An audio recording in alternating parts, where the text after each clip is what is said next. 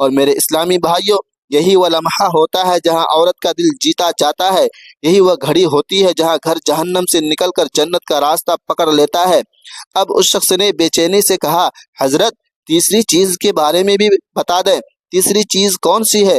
حضرت مولانا رومی نے فرمایا، اے اللہ کے بندے، تیسری چیز یہ ہے کہ جب تمہاری بیوی سخت گرمی میں یا شدید سردی میں کچن میں کھڑے ہو کر کام کر رہی ہو اور تم چارپائی پر بیٹھ کر کھانے کا انتظار کر رہے ہو، تو اس وقت غور کرنا کہ وہ بھی تو ایک انسان ہے۔